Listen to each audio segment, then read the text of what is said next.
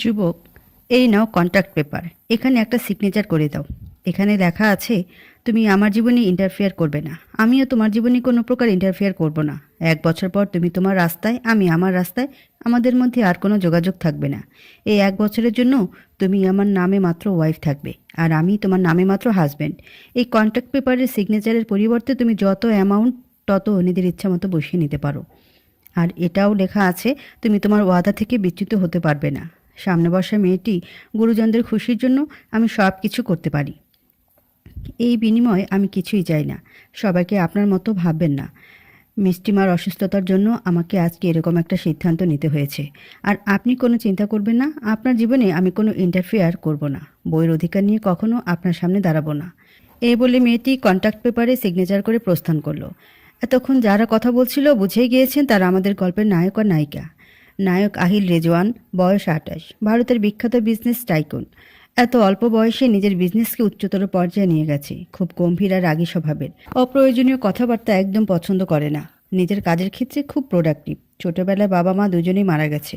তারপর থেকে মায়ের বান্ধবী শায়লার কাছে বড় হয়েছে। শায়লাকে নিজের মায়ের স্থান দিয়েছে আহিল। নিজের মায়ের নামে একটি এতিমখানা তৈরি করেছে। সেখানে আমাদের নায়িকা সানাম আলী বাচ্চাদের পড়াশোনা করায়। শায়লা বেগমকে মিষ্টি মা বলে ডাকে। সানাম আলী অনার্স প্রথম বর্ষ পড়াশোনা করছে। নিজের পড়াশোনার খরচ চালাতে পার্ট টাইম জব হিসেবে এতিমখানায় বাচ্চাদের পড়াশোনা করায়। বাবা মা কেউ নেই, এতিমখানায় বড় হয়েছে। শায়লা বেগম আর বেশি দিন বাঁচবেন না বলে ডাক্তার আহিলকে জানিয়েছেন। মারা যাওয়ার আগে তিনি শেষ ইচ্ছে হিসেবে আহিলের বিয়ে দেখে যেতে চান।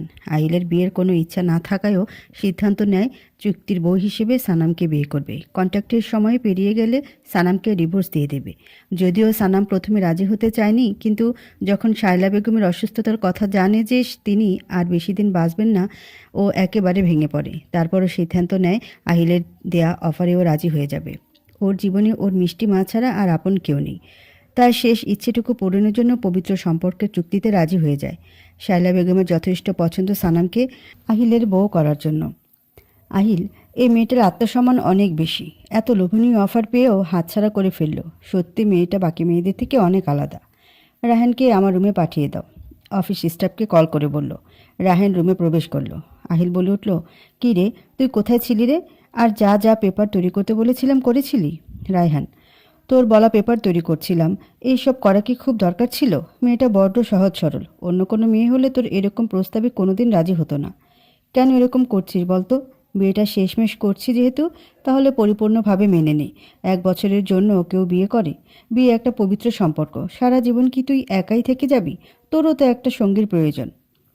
আহিল রেগে গিয়ে বলল, আমার জন্য আমি একাই যথেষ্ট। আমার কাউকে প্রয়োজন নেই, কোনো সঙ্গের প্রয়োজন নেই। সঙ্গী তাদের প্রয়োজন হয় যারা দুর্বল, আর আমি মোটেও দুর্বল নেই। বিয়েটা শুধুমাত্র মামনির খুশির জন্য করছি, না হলে আমি কখনো বিয়ে না করার শপথ করেছিলাম।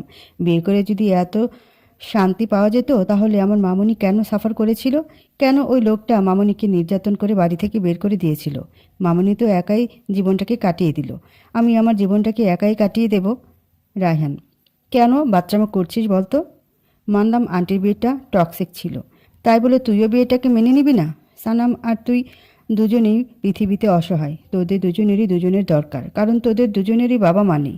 তোরা একে অপরের কষ্ট যতটা বুঝতে পারবি, অন্য কেউ ততটা বুঝতে পারবে না। আহিল, আঙ্কেল আন্টি কেমন আছে রে? কবে আসছে দেশে? প্রসঙ্গটা এড়িয়ে রাহেনের বাবা মার সম্পর্কে জিজ্ঞাসা করলো। রাহেনের বাবা মা কানাডা থাকে। রাহেন নিজের দেশকে ভালোবাসে, সেজন্য সে এখানেই থাকে। রাহেন, শালা, তুইও কথা ঘোরানো শিখে গেছিস। বাবা মা আসতে দেরি আছে, ওরা দুজন ভালোই আছে। এ নিয়ে তোর পেপার। আমি গেলাম। পরের দিন সাদামাটাভাবেই আহিল আর সানামের বিয়েটা হয়ে গেল। তাদের বিয়েতে উপস্থিত ছিল শায়লা বেগম আর রায়হান। কাজে যখন সানামকে কবুল বলতে বলছিল, সানামের চোখ দিয়ে অঝরে পানি পড়ছিল। সে মনে মনে ভাবতে লাগলো, আজ যদি আমার বাবা মা বেঁচে থাকতো, তাহলে আমাকে এরকম একটা চুক্তির সম্পর্কে আবদ্ধ হতে হতো না। শায়লা, কাঁদছিস কেন সানাম? বাবা মাকে আজকে খুব মনে পড়ছে, তাই না? বাবা মা নেই তো কী হয়েছে, তোর মিষ্টি মা তো আছে।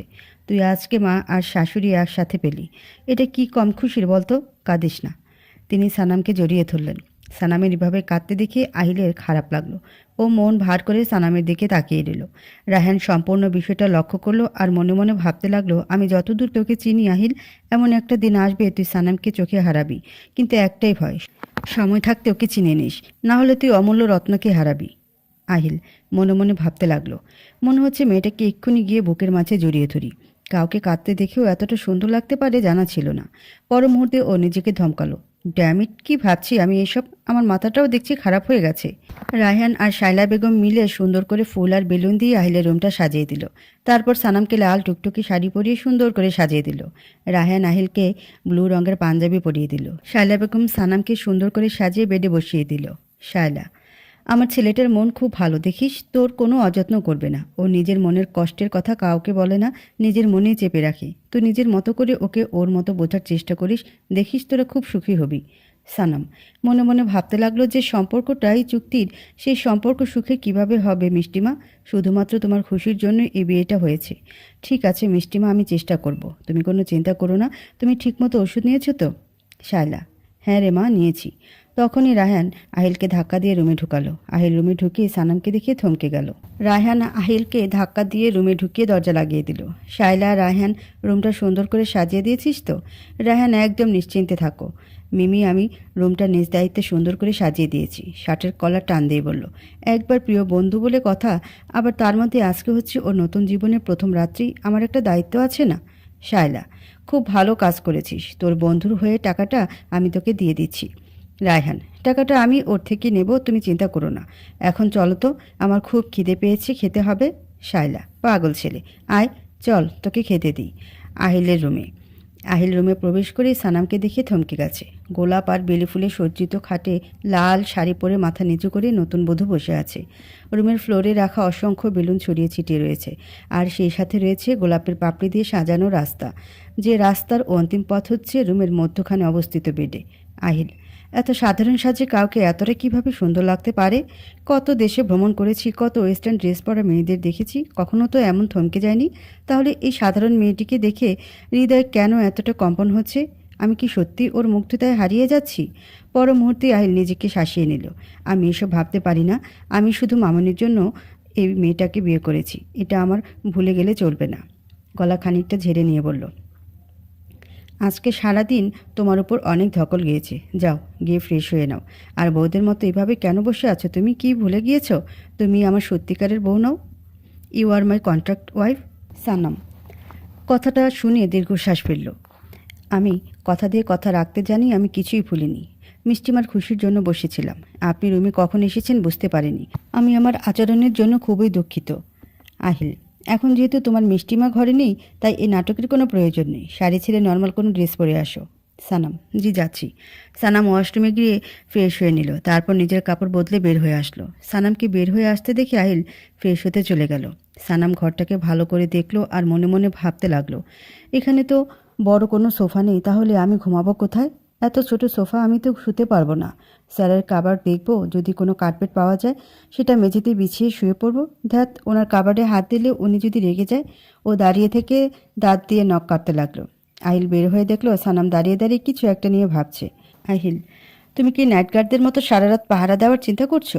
সানাম ভাবনার মাঝে আচমকা আহিলের গলা পেয়ে ভয় পেয়ে গেল। না না স্যার। আহিল, তাহলে দাঁড়িয়ে আছো কেন? যাও গিয়ে শুয়ে পড়ো। সানাম, না মানে কোথায় ঘুমাবো স্যার? আহিল, আসো আমার বুকেই ঘুমাও। সানাম এ এ, চোখ বড় বড় করে আহিলের দিকে তাকিয়ে বলল। আহিল, তাছাড়া আর কি বলবো তোমাকে, এত বড় একটা বেড, তারপরে বলছো কোথায় ঘুমাবে? টিপিক্যাল নায়কদের মতো তোমাকে বলবো না যে নিচে ঘুমাও। এখানে কোনো সিরিয়াল চলছে না, আর আমি এতটাও নিষ্ঠুর নই তোমাকে কষ্ট করে নিজে ঘুমাতে দেব। যাও গিয়ে বেডে ঘুমাও। সানাম, কিন্তু স্যার। আহিল, আর একটাও কথা নয়, যাও গিয়ে ঘুমিয়ে পড়ো। আহিলের আদেশ অমান্য করার সাহস সানামের নেই, তাই সানাম কোনো কথা না বলে বেডে গিয়ে গুটিসুটি হয়ে ঘুমালো। পরের দিন সকালে সানাম খুব ভোরে ঘুম থেকে উঠে নামাজ আদায় করে নিচে চলে গেল সকালে ব্রেকফাস্ট তৈরি করতে। সানাম রুটি, সবজি, ডিম ভাজা আর আহিলের জন্য স্যুপ আর ব্ল্যাক কফি তৈরি করলো। ব্ল্যাক কফিটা হাতে নিয়ে আহিলকে রাখতে গেল। সানাম রুমে গিয়ে দেখলো আহিল রুমে নেই। সানাম ভাবলো আহিল হয়তো ট্যারেসে আছে, তাই সে কফিটা নিয়ে ট্যারেসে চলে গেল। আহিল পুশ আপ করছিল, আর আহিলের পরনে ছিল ব্ল্যাক বক্সার গেঞ্জি, ব্ল্যাক ট্রাউজার। তখনই ইবা ট্যারেসে আসলো আর আহিলকে এক্সারসাইজ করতে দেখলো। সানাম, শুনছেন? আপনার ব্ল্যাক কফিটা? মুখটা অন্যদিকে ঘুরিয়ে বলল। আহিল, তুমি কি কথাটা আমাকে বলছো? পুশ আপ করা থামিয়ে এক হাঁটুর উপরে হাত রেখে আরেক হাত দিয়ে চুলে ব্রাশ করতে করতে কথাটা সানামকে বলল। সানাম, এখানে আপনি ছাড়া আর দ্বিতীয় কোনো ব্যক্তি আছে কি যে কথাটা আমি তাকে বলবো? আহিল, তাহলে মুখটা অন্যদিকে ঘুরিয়ে রেখেছো কেন? এটা আমি মোটেও পছন্দ করি না। বাই দ্য ওয়ে, তুমি কি আমাকে অ্যাভয়েড করার চেষ্টা করছো? সানাম, আমি সাধারণ একটা মেয়ে স্যার। আপনাকে অ্যাভয়েড করার মতো যোগ্যতা আমার নেই। আর আমি আমার নিজের সীমায় থাকতে পছন্দ করি। ব্ল্যাক কফিটা ঠান্ডা হয়ে যাচ্ছে স্যার। ব্ল্যাক কফি নিয়ে যদি আমাকে কিছু কথা শোনান, আপনাকে আগে জানিয়ে রাখি মিষ্টিমা আপনার জন্য কফিটা নিয়ে আসতে বলেছিল, তাই নিয়ে এসেছি। আপনি আবার ভেবে বসবেন না আপনার বউ হওয়ার চেষ্টা করছি। আহিল, এত বেশি কথা তোমাকে কে বলতে বলেছে? কফি নিয়ে আমি তোমাকে কি কিছু বলেছি? সব কিছু নিজের মতো এত বেশি বেশি ভেবে নাও কেন? সানাম, দুঃখিত স্যার, বেশি কথা বলে আপনাকে বিরক্ত করার জন্য। আহিল কথাটা শুনে খুব রেগে গেল। এতক্ষণ ধৈর্যের সহিত নিজের রাগটাকে নিয়ন্ত্রণ করার চেষ্টা করছিল, কিন্তু এবার আর রাগটাকে দমন করতে পারল না। সানামের কোমরের দুপাশে দু হাত রেখে নিজের কাছে টেনে আনলো। Why are you talking to me like this? অনেকক্ষণ ধরে সহ্য করছি, তবুও তুমি নিজের মতো করে বলেই যাচ্ছ। আমি কি একবারও বলেছি আমি বিরক্ত হচ্ছি? সানাম আহিলের এমন কর্মকাণ্ডে হতবাক হয়ে রইল। আর আহিল যখন কথা বলছিল তখন ওর নিঃশ্বাস সানামের মুখের উপর পড়ছিল, যার জন্য সানাম কথা বলার শক্তি হারিয়ে ফেলল। এই প্রথম কোনো ছেলে ওর এত কাছে এসেছে, যার ফলে ও ফ্রিজড হয়ে দাঁড়িয়ে আছে। আহিল, কি হলো? এতক্ষণ তো বেশ চটপট করে কথা বলছিলে, এখন কেন চুপ করে আছো? আর নেক্সট টাইম থেকে আমাকে স্যার বলে ডাকবে না, শুধু আহিল বলে ডাকবে, বুঝতে পেরেছো? এখন কোনো কথা না বলে নিচে যাও, আমি অফিসে যাব, আমার জিনিসপত্রগুলো রেডি করো। সানাম কোনো কথা না বলে মাথা নেড়ে চুপচাপ চলে গেল। আহিল, মেয়েটা বেশ ভয় পেয়েছে। ওকে এভাবে ভয় দেখাতে খুব ভালো লাগলো। কেমন অল্পতে মেয়েটা ভয় পেয়ে যায়। সানাম রুমে এসে ভাবতে লাগলো, ওনার আবার হঠাৎ করে কি হলো? এত ভালোভাবে আমার সাথে কথা বলছেন। ওনার কাছে তো আমি চুক্তির বউ ছাড়া আর কিছু না। তাহলে কেন শুধু শুধু মায়া বাড়াচ্ছেন? আমি চাই না আপনার প্রতি আমার কোনো অনুভূতির সৃষ্টি হোক। শুধুমাত্র 1 বছরের জন্য স্ত্রীর দায়িত্ব পালন করে যাব। আহিল আর সানামের বিয়ের 5 দিন হয়ে গেল।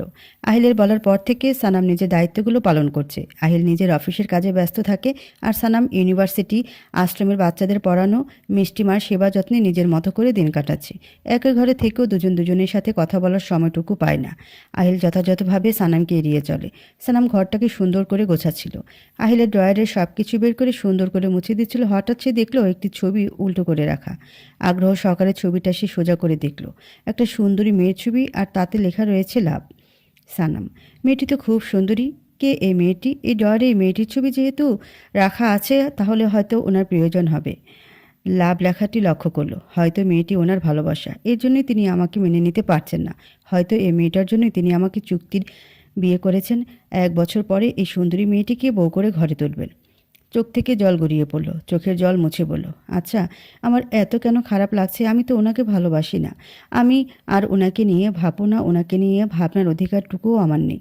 কোথায় উনি আর কোথায় আমি? আমার মতো মেয়েকে উনি বউ হিসেবে মানবেন, সেটা আকাশ কুসুম কল্পনা।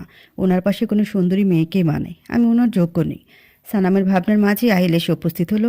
আরে এসে এসে দেখতে পেল সানাম তার ব্যক্তিগত ড্রয়ারের সব ফাইলগুলো বের করেছে। ব্যক্তিগত ড্রয়ারে হাত দেওয়াতে আহিল খুব রেগে গেল। আহিল মেঝে থেকে সানামকে টেনে তুলল।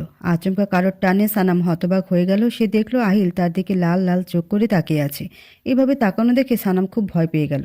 আহিল, কি করছিলে তুমি এখানে? তোমাকে এত সাহস কে দিয়েছে যে তুমি আমার ব্যক্তিগত ড্রয়ারে হাত দাও? সেদিন তোমার সাথে সুন্দর করে কথা বলেছি দেখে মাথায় উঠে বসতে চাইছো, তাই না? আজকাল দেখছি খুব বউ হওয়ার শখ জেগেছে। একটা কথা আজকে তুমি ভালো করে শুনে নাও, তুমি আমার কাছে চুক্তির বউ ছাড়া আর কিছু নও। You are my contract wife just 1 year. খুব লোভ জেগেছে মনে, তাই না?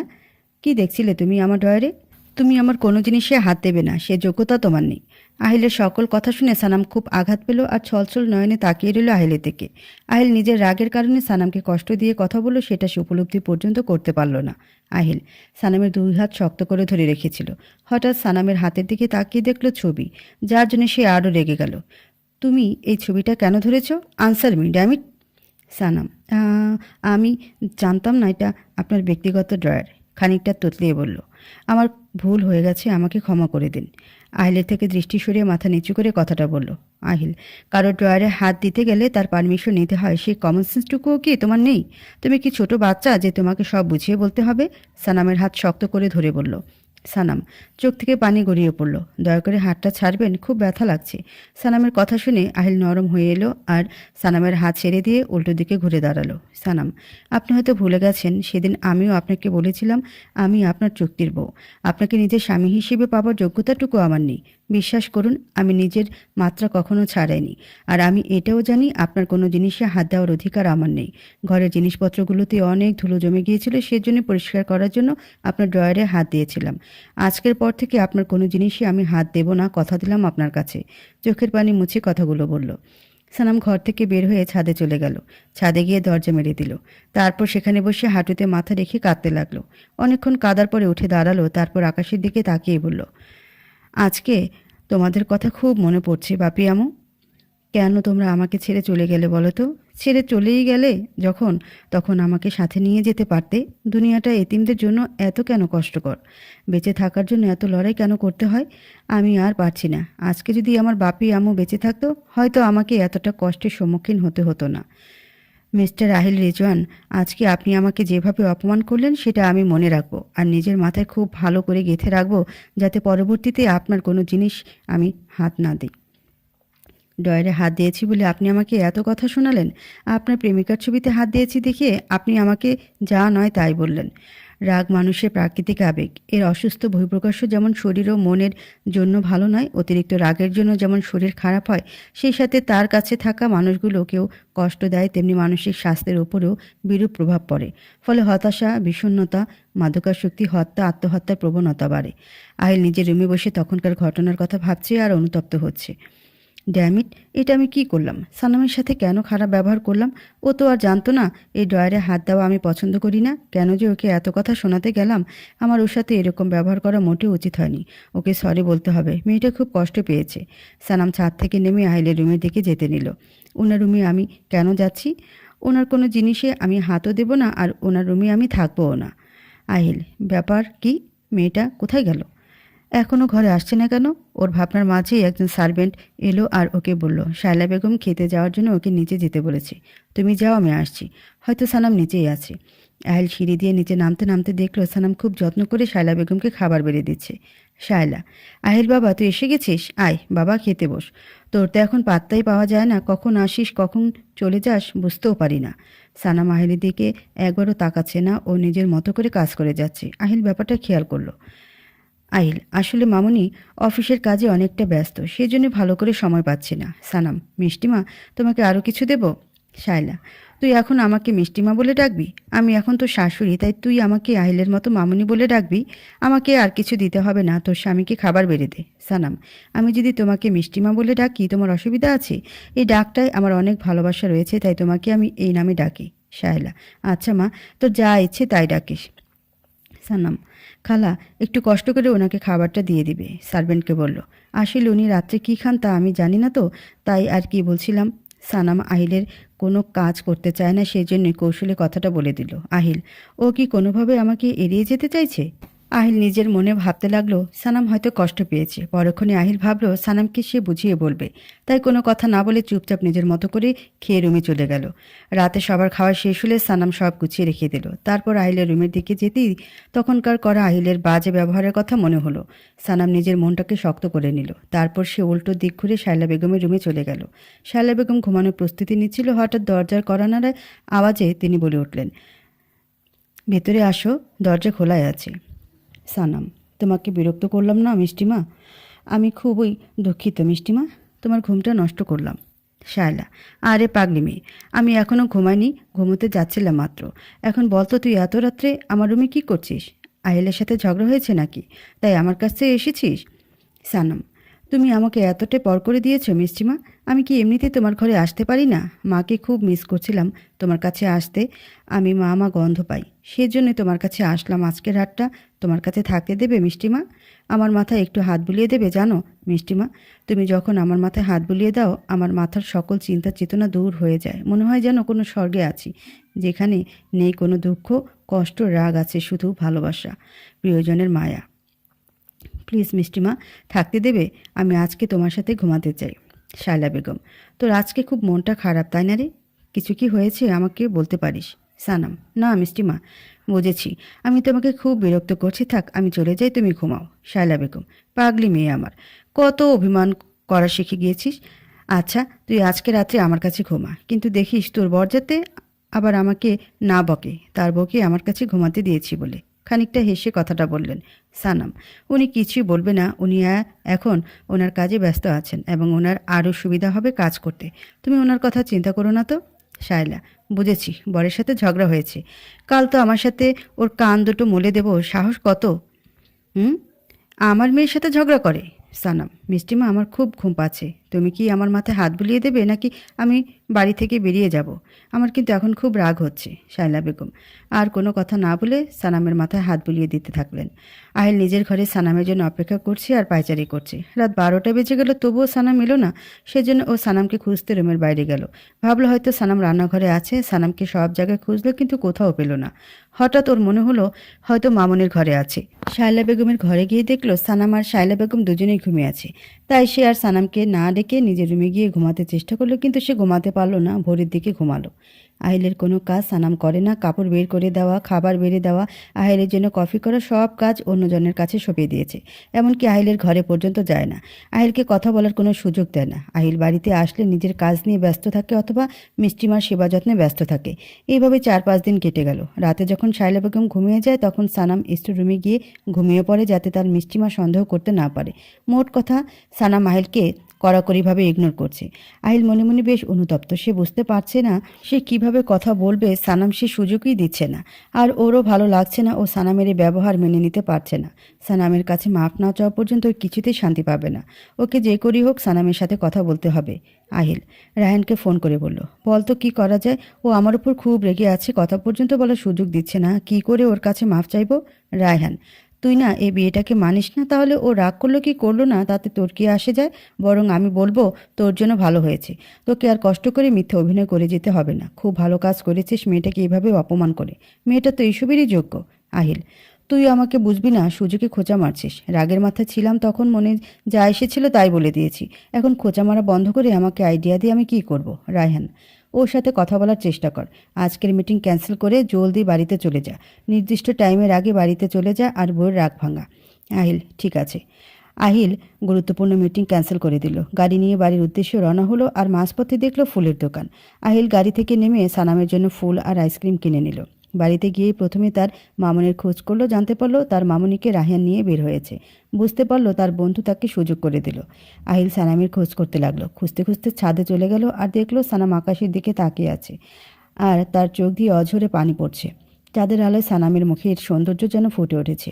অন্যরকম মুগ্ধতা বিরাজ করছে সানামের মুখে। সানামকে কাঁদতে দেখে আহিলের খুব খারাপ লাগলো। আহিল হুম হুম খানিকটা কেশে সানামের দৃষ্টি আকর্ষণ করতে চাইল। সানাম কারোর কাশির আওয়াজ পেয়ে তাড়াহুড়ো করে সানাম নিজের চোখের পানি মুছে নিল। চোখের পানি হলো দুর্বলতা, আর সে নিজের দুর্বলতা দেখাতে পছন্দ করে না। সানাম পেছনে তাকিয়ে দেখলো আহিল দাঁড়িয়ে আছে আর তার হাতে রয়েছে গোলাপ ফুল। সানাম চলে যেতে চাইলে আহিল তার হাত টেনে ধরল, কিন্তু তবুও সানাম ঘুরে দাঁড়ালো না, উল্টো দিক হয়েই দাঁড়িয়ে রইল। আহিল: আমাকে আর ইগনোর করো না, আমি তোমার ইগনোরেন্স সহ্য করতে পারছি না। কেন এভাবে মুখ ফিরিয়ে নিচ্ছ আমার থেকে? জানি আমি ভুল করেছি, অন্যায় করেছি। তুমি কি পারো না আমার ভুলগুলো শুধরে দিতে? আমি যে কথাগুলো তোমাকে বলেছি সেটা আমি ফিরিয়ে নিতে পারবো না, কিন্তু আমি চেষ্টা করব ভবিষ্যতে আমি এমন কোনো কাজ করব না বা কথা বলবো না যাতে তুমি কষ্ট পাও। প্লিজ আমাকে ক্ষমা করে দাও। সানাম কোনো কথা না শুনে হাত ছাড়িয়ে চলে যেতে চাইল, কিন্তু আহিল হাত ছাড়ল না, জোর করেই ধরে রাখলো। সানাম চেষ্টা না করে যেভাবে আছিল সেভাবে দাঁড়িয়ে রইল। সানাম: আমার মতো মেয়ের কাছে আপনার ক্ষমা চাইতে হবে না স্যার।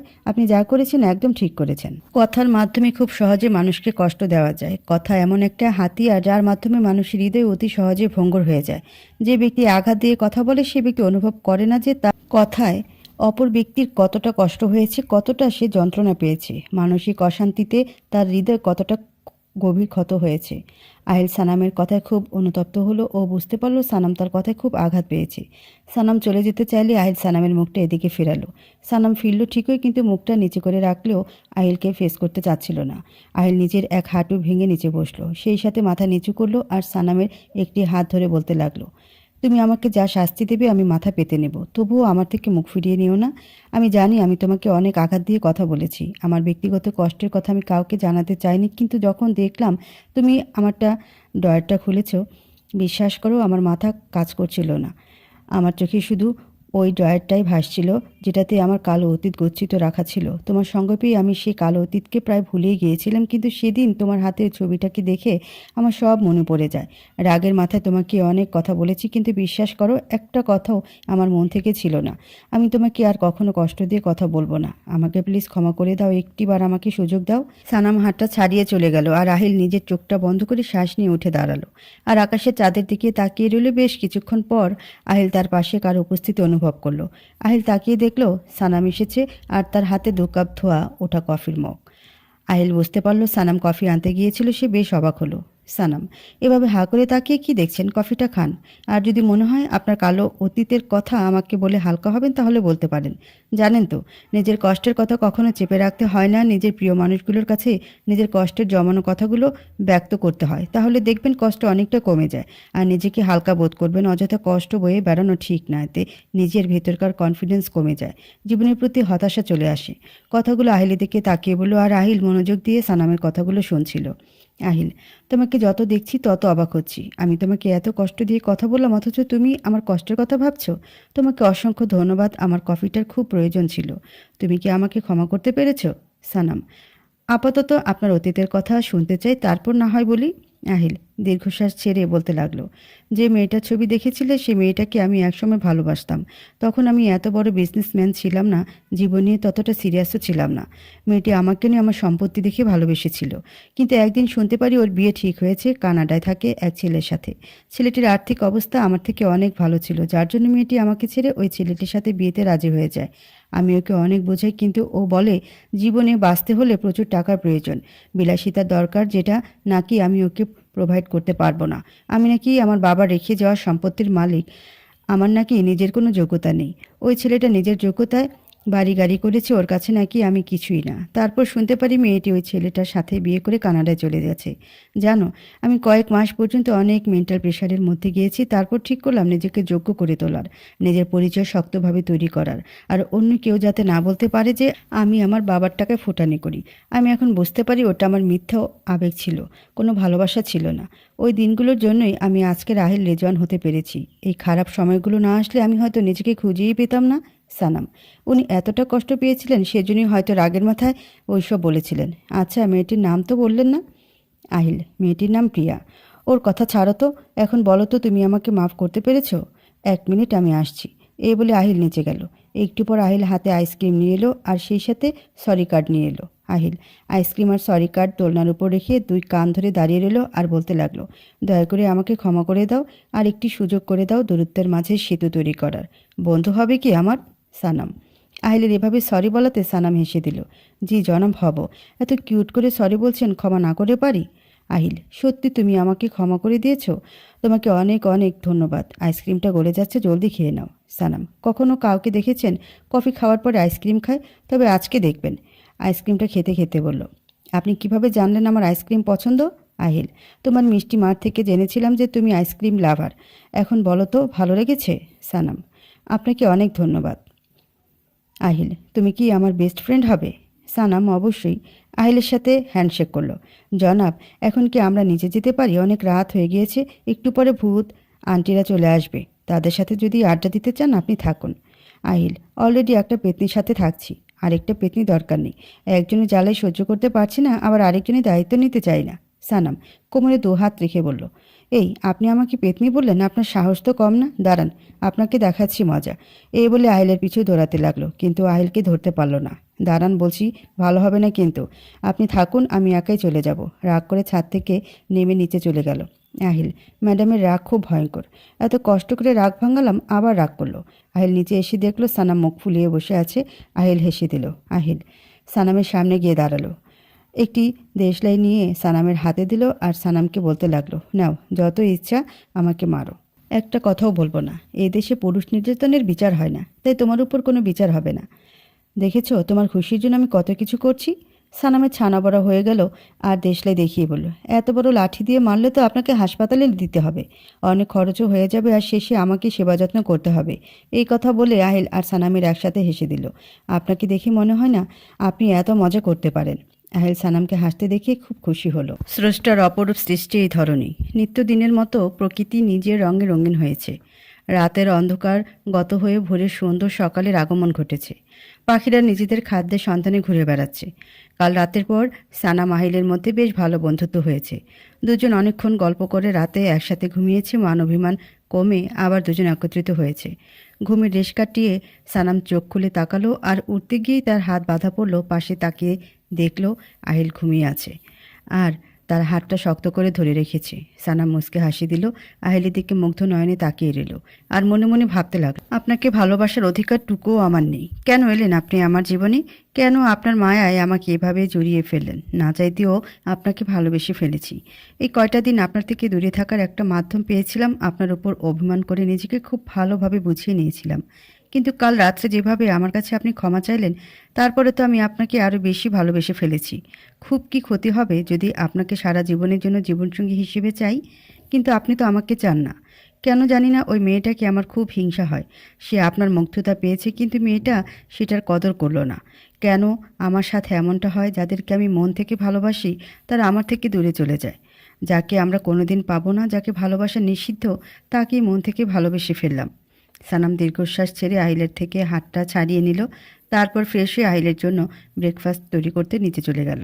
আহিল ঘুম থেকে উঠল, সানামের খোঁজ করতে লাগলো। হঠাৎ ওর ভয় হলো, সানাম আবার ওকে ছেড়ে চলে গেল না তো? হয়তো এখনও মন থেকে ক্ষমা করতে পারেনি। আহিল অস্থির হয়ে উঠল। সানাম শাড়ির আঁচলটা কোমরে গুজে চুলগুলো খোপায় বেঁধে রুটি বেলছিল। তখনই আহিল রান্নার রুমে প্রবেশ করলো। সানামকে রান্নার রুমে দেখে আহিল স্বস্তি নিঃশ্বাস ফেলল। আহিলকে রান্নার রুমে দেখে সানাম আহিলকে জিজ্ঞেস করলো, এ কি, আপনি ফ্রেশ না হয়ে রান্নাঘরে কি করছেন? যান, গিয়ে ফ্রেশ হয়ে আসুন। আমি আপনার ব্রেকফাস্ট তৈরি করছি। হয়ে গেলে আপনাকে ডেকে দেব। আবার রায়হান ভাইয়ের বাসা থেকে মিষ্টি মাকেও নিয়ে আসতে হবে। আহিল, আমি আমার দিনটা তোমার মুখ দেখে শুরু করতে চাই, তাই আমি ঘুম থেকে ওঠার আগে তুমি কোথাও যাবে না। সানাম হতবাক হয়ে আহিলের দিকে তাকিয়ে রইল। ঘুমের রেশ এখনও কাটেনি বোঝা যাচ্ছে। কি আবল তাবল বকছেন? আহিল সানামের কোমর থেকে গুজে রাখা আঁচলটা খুলে দিল আর সানামের কানে কানে বলল, সকালে সুন্দরীর মুখ দেখলে দিনটা এমনি সুন্দর হয়ে যাবে। সেই জন্যই তোমাকে কথাটা বলেছি। এবার ঠিক করে শুনতে পেয়েছো নাকি অন্যভাবে বোঝাতে হবে? আহিলের এত কাছে আসাতে সানামের হৃদয় কেঁপে উঠল। সানাম মাথা নাড়িয়ে হ্যাঁ বোঝালো আর সানামকে ঘামতে দেখিয়ে আহিল সরে আসলো। আহিল রান্নার রুম থেকে চলে গেলে সানাম ব্রেকফাস্ট তৈরি করতে ব্যস্ত হলো। এভাবে বেশ কয়েকটা দিন কেটে গেল। সানাম আর আহিলের ভালো বন্ধুত্ব হয়েছে। সানাম আহিলকে মনে মনে ভালোবাসে, কিন্তু প্রকাশ করে না। আহিলের সানামের জন্য অনুভূতি তৈরি হয়েছে, কিন্তু আহিল সেটা মানতে চাইছে না। রাত 9টা বাজে। সানাম বসে বসে পেইন্টিং করছিল আর আহিল তার সামনে বসে নিজের অফিসের কাজ করছিল আর আরও চোখে সানামকে দেখছিল। সানাম খুব মনোযোগ দিয়ে পেইন্টিং করছে আর সানামের সামনে কাটা চুলগুলোর জন্য পেইন্টিং করতে খুব অসুবিধা হচ্ছিল। তাই সানাম এক হাত দিয়ে চুলগুলো বারবার সরাচ্ছিল, তবুও মনোযোগ পেইন্টিংয়ের দিকে ছিল। কখনো চোখগুলো বড় বড় করছে, আবার কখনো পেইন্টিং ব্রাশে কামড়ে চিন্তা করছে। এইসবই লক্ষ্য করছিল আহিল। আহিল মনে মনে ভাবতে লাগলো, আমার যে কি হয়েছে? ওর দিকে এভাবে আমি কেন তাকিয়ে আছি? নিজের অফিসের কাজেও ফোকাস করতে পারছি না, বারবার শুধু ওর দিকে চোখ চলে যাচ্ছে। She looks like a doll. এমনভাবে এক্সপ্রেশন দিচ্ছে, কতটা কিউট লাগছে। এই মেয়েটা কি বোঝে? আমার কাজে ব্যাগরা দিয়ে নিজে কি সুন্দর করে নিজের মতো কাজ করে যাচ্ছে। ঠিক তখনই সানামের ফোন এলো। নামটি দেখে খুব খুশি হয়ে গেল। খুব আগ্রহ সহকারে ফোনটি ধরে কথা বলতে থাকলো। আহিল, কে এমন কল দিয়েছে যে ম্যাডাম এত খুশি হয়ে গেল, এতটা এক্সাইটেড দেখাচ্ছে? সানাম, আরে দোস্ত তুই তো আমাকে ভুলে গেছিস। এতদিনে তোর আমাকে মনে পড়লো? কেন কল দিয়েছিস? না দিলেই তো পারতি। আর আমি তো তোর কেউ না, আমাকে কেন কল করবি? আর মাখন মারতে হবে না, আমি বুঝি। আগের মতো আর আমাকে বোকা বানাতে পারবি না। কি, তুই দেশে আছিস? আমি খুব খুশি হয়েছি রে। কবে আসছিস? তাড়াতাড়ি বল। দেশে এসে সর্বপ্রথম আমার সাথে দেখা করবি, না হলে তোর পিঠের ছাল তুলে নেব। আচ্ছা, দেখা হবে, টাটা। কথাগুলো বলে খুশিতে জোরে ইয়ে বলে উঠল। তখনই দেখলো আহিল তার থেকে হা করে তাকিয়ে আছে। সানাম খানিকটা লজ্জা পেল। আহিল, কি ব্যাপার, এত খুশি যে? কে ফোন করেছিল? সানাম, ডোডো, আমার বেস্ট ফ্রেন্ড, আমার কলিজা, কিডনি, লিভার বলতে পারেন। আমরা দুজনের প্রাণ ভোমরা। আহিল, বাহ, তাই নাকি? তো তোমার বান্ধবীর নাম কি? সানাম, ভুল বললেন, বান্ধবী না, বন্ধু। নাম তার স্বামী। ও আমার ছোটোবেলার ফ্রেন্ড। আমরা দুজন একই স্কুলে পড়াশোনা করেছি। কলেজে উঠে ও কানাডায় চলে গিয়েছে। অনেক বছর পর ও দেশে আসছে। আমি খুব খুশি আজকে, জানেন। ওর জন্য আমার শপিং করতে যেতে হবে। কতদিন পর ওর সাথে দেখা হবে সেটা ভেবে এক্সাইটেড হয়ে গিয়েছিলাম। আমি দুঃখিত, আপনার কাজে বিরক্ত করে দিলাম। আপনি কাজ করুন, আমি একটু আসছি। আহিল, সানামের মুখে একটা ছেলে প্রশংসা শুনে খুব রাগান্বিত হয়ে গেল। কি বলল? স্বামী নাম? ও আমার সানামের কিডনি, লিভার, কলিজা? এটা আমি কিছুতে মেনে নেব না। সানাম শুধুমাত্র আমার। সানামের মুখে শুধু আমার নাম থাকবে, আমার প্রশংসা থাকবে, অন্য কোনো ছেলের নাম আমি ওর মুখে সহ্য করব না। সানামের এত সাহস, ও আমার সামনে দাঁড়িয়ে অন্য ছেলের কথা বলে, এটা আমি কিছুতে সহ্য করব না। একবার শুধু দেশে আসুক ওই স্বামী, প্রাণ নিয়ে ফিরে যেতে পারবে না। 2 দিন পরে। সানাম, আহিল, আমার আজকে এয়ারপোর্টে যেতে হবে স্বামীকে আনতে যেতে। সেদিন আপনাকে বলেছিলাম না ও দেশে আসছে, আজকে ওর আসার কথা। আহিল, আবার ওই স্বামী? তোমাকে কষ্ট করে যেতে হবে না, আমি ড্রাইভার পাঠিয়ে দিচ্ছি, ও গিয়ে নিয়ে আসবে। সানাম, কিন্তু ও আপনার বাড়ি আসবে? আপনার কোনো অসুবিধা নেই তো? আহিল, এটা তোমার বাড়ি। আমার যতটুকু অধিকার আছে ঠিক ততটুকু তোমার অধিকার আছে। ভুলে গিয়েছো তুমি আমার ওয়াইফ? বন্ধু আসতে না আসতেই এত পরিবর্তন? সানাম, আজব তো, আপনি কোথাকার কথা কোথায় নিয়ে যাচ্ছেন? ঠিক তখনই পেছন থেকে কেউ সানাম বলে ডেকে উঠল। সানাম পেছনে তাকালো আর দেখলো তার বন্ধু দাঁড়িয়ে আছে। দৌড়ে তার কাছে গেল। আহিল, আমার এমনটা কেন মনে হচ্ছে আমার কোনো প্রিয় জিনিস আমার থেকে দূরে চলে যাচ্ছে? হৃদয়টা ছাড়খাড় হয়ে যাচ্ছে। আমি কেন সানামের জীবনে অন্য কোনো ছেলেকে মেনে নিতে পারছি না? ওকে তো আমি চুক্তির বউ করে এনেছি। 1 বছর পর ও ওর রাস্তায়, আমি আমার রাস্তায়। তখন ও যাকে চায় তাকেই বের করতে পারে। নেভার। আমি বেঁচে থাকতে আমার সানামকে অন্য কেউ কেড়ে নিতে পারবে না। আমি দেব না। আমি বুঝতে পেরেছি আমার জীবনে সানাম কতটা জায়গা জুড়ে আছে। আমার হৃদয়ের রানী, খুব ভালোবেসে ফেলেছি তোমাকে। আমার জীবনের সাথে তোমাকে এমনভাবে বেঁধে রাখবো যাতে তুমি অন্য কারো কাছে যেতে না পারো। সামনে তাকিয়ে আহিলের চোয়াল রাগে শক্ত হয়ে এলো। আহিল সামনে তাকিয়ে দেখলো সানাম আর ছেলেটি কিছু একটা নিয়ে কথা বলছে আর খুব হাসাহাসি করছে, যেটা দেখে আহিল খুব রেগে গেল। আহিল কখনো তো আমার সাথে বসে এমন হাসাহাসি করে না। এখন দেখো কিভাবে নিজের স্বামীর সামনে দাঁড়িয়ে অন্য ছেলের সাথে হাসাহাসি করছে। রাগে ফুসফুস করতে করতে মনে মনে ভাবল। সানাম, কী রে, তুই কেমন আছিস? কতদিন পর তোর সাথে দেখা হলো বলতো? তোকে আমি অনেক অনেক মিস করেছি। দেশে থেকে কোনো কাজ করা যেত না, তুই বাইরে কেন গেলি বলতো? অভিমানের স্বরে ছেলেটিকে সানাম কথাগুলো বলল। স্বামী, কি করব বল? নিজের পরিচয় গড়ার জন্যই তো যেতে হলো, না হলে কি আর যেতাম বল? বিশ্বাস কর, তোকে ছাড়া আমারও ওই দেশে ভালো লাগে না। সেজন্য দেশে চলে আসলাম। এখন থেকে আমি এই দেশেই থাকবো। তোকে ছেড়ে আমি আর কোথাও যাব না। এই পৃথিবীতে তুই ছাড়া আমার আপন আর কেউ নেই। তোকে ছেড়ে অনেক থেকেছি, আর না। এবার তুই খুশি তো? সানাম, সত্যি বলছিস তুই এখন থেকে এই দেশে থাকবি? আমি খুব খুশি হয়েছি রে। তুই নিজেও জানিস না তুই আমার কাছে কতটা আপন। এসব কথা এখন ছাড়। অনেকটা পথ পেরিয়ে এসেছিস, একটু ফ্রেশ হয়ে বিশ্রাম করে নে। আমি তোর জন্য তোর পছন্দের খাবার তৈরি করেছি। স্বামী, তোর মতো বান্ধবী পাওয়া ভাগ্যের ব্যাপার। বাই দ্য ওয়ে, খাবারে আবার কিছু মিশিয়ে দিসনি তো? এতদিন তোর থেকে দূরে ছিলাম, সে প্রতিশোধ নিতে খাবারে কিছু মিশিয়ে দিসনি তো? দাঁত কেলিয়ে সানামকে কথাটা বলল। সানাম, এর জন্যই বলে লোকের ভালো করতে নেই, আর সেটা যদি হয় তোর মতো মানুষ, তাহলে তো আরও করা উচিত না। তোর জন্য আলুর পরোটা আর আমের চাটনি, আলুর দম, মাটন আর মিষ্টির মধ্যে পায়েস রান্না করেছিলাম। যেহেতু তুই খেতে চাইছিস না, তাহলে কি আর করার, বাড়ির অন্য সকলকে সব দিয়ে দিই। তুই তাহলে বাইরে থেকে খেয়ে আয়। আমার বানানো খাবার তো তুই খাবি না? খানিকটা ভাবুক ভঙ্গিতে বলতে লাগলো। আগে বলে দিতেই পারতি, তাহলে আর এত কষ্ট করে রান্না করতাম না। স্বামী, সানামের মুখে খাবারের আইটেমের কথা শুনে স্বামীর মুখে জল চলে এলো। কে বলেছে খাবো না? এত কষ্ট করে আমার জন্য আয়োজন করেছিস আর আমি খাবো না? তা কি হতে পারে বলতো? 100 বার খাবো, 1000 বার খাবো। এই খাবারগুলোর একটা চিমটিও কিন্তু আমি অন্য কাউকে খেতে দিব না।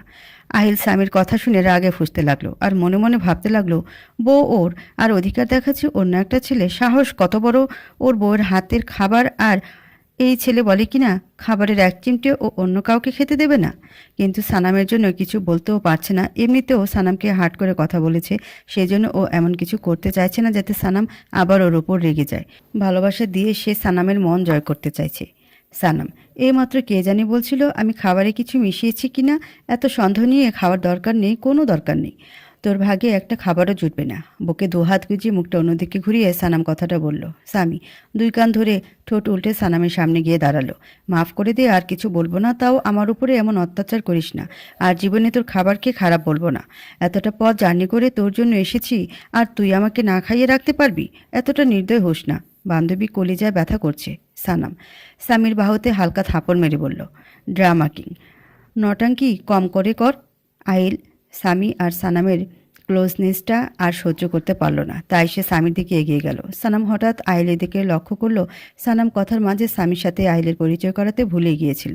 সানাম আহিলের সাথে স্বামীর পরিচয় করিয়ে দিল। সানাম, ডোডো, meet my husband Ahil Rezwan.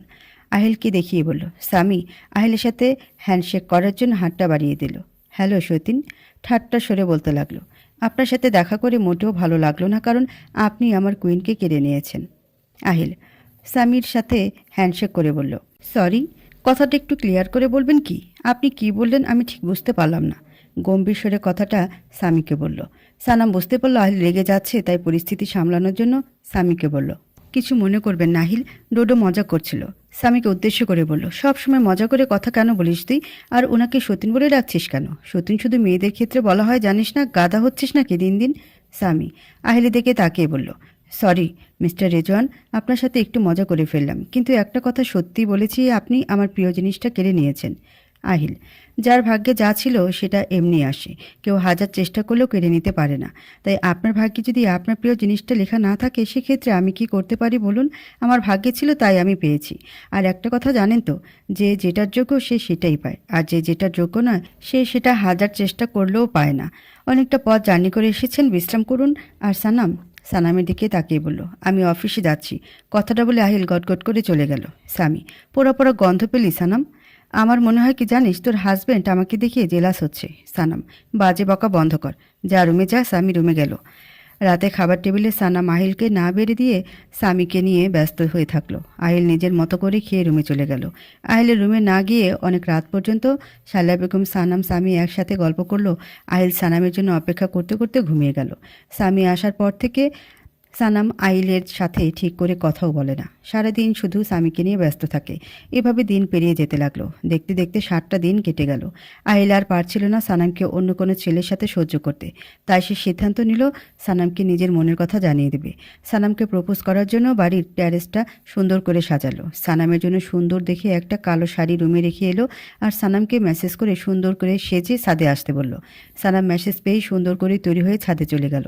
Ahil প্রথম যেদিন তোমাকে দেখেছিলাম সেদিন থেকে আমার মনে তোমার জন্য মুগ্ধতা তৈরি হয়েছিল, কিন্তু আমি সেটা স্বীকার করতে চাইনি। কিন্তু আজ আমি স্বীকার করছি, আমি তোমাকে মন থেকে বউ বলে মেনে নিয়েছি।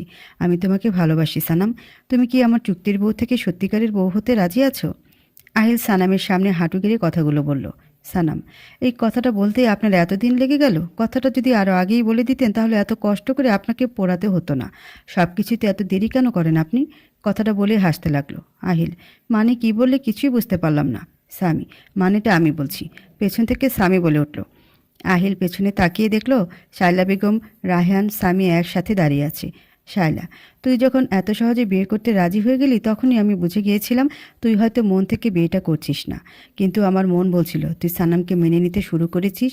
তুই যাতে নিজের মনের কথাটা জানতে পারিস সেজন্য এইসব কিছু আমরা সকলে মিলে প্ল্যান করি। স্বামীকে দেশে আনিয়ে তোকে জেলাস ফিল করে, যাতে তুই বুঝতে পারিস তুই সানামকে কতটা ভালোবাসিস। আহিল সানাম তুমিও এর সাথে যুক্ত ছিলে? সানাম এক কান ধরে কিউট করে সরি বলল, প্লিজ মাফ করে দিন। আমি যদি এটা না করতাম আপনি তো নিজের মুখে স্বীকার করতেন না। আপনার মুখ থেকে ভালোবাসি কথাটা শোনার জন্যই এটা করতে বাধ্য হয়েছি। আহিল সানামকে কাছে টেনে খুব শক্ত করে বুকের মাঝে জড়িয়ে ধরল। ভালোবাসি বউ, কখনো হাত ছেড়ে যেও না। সানাম ভালোবাসি জামাই, জীবনের শেষ নিঃশ্বাস পর্যন্ত থাকবো। রায়হান, শায়লা বেগম, স্বামী মুচকে এসে সেখান থেকে চলে গেল। আহিল সানাম নিজেদের মতো করে সময় কাটাতে লাগলো।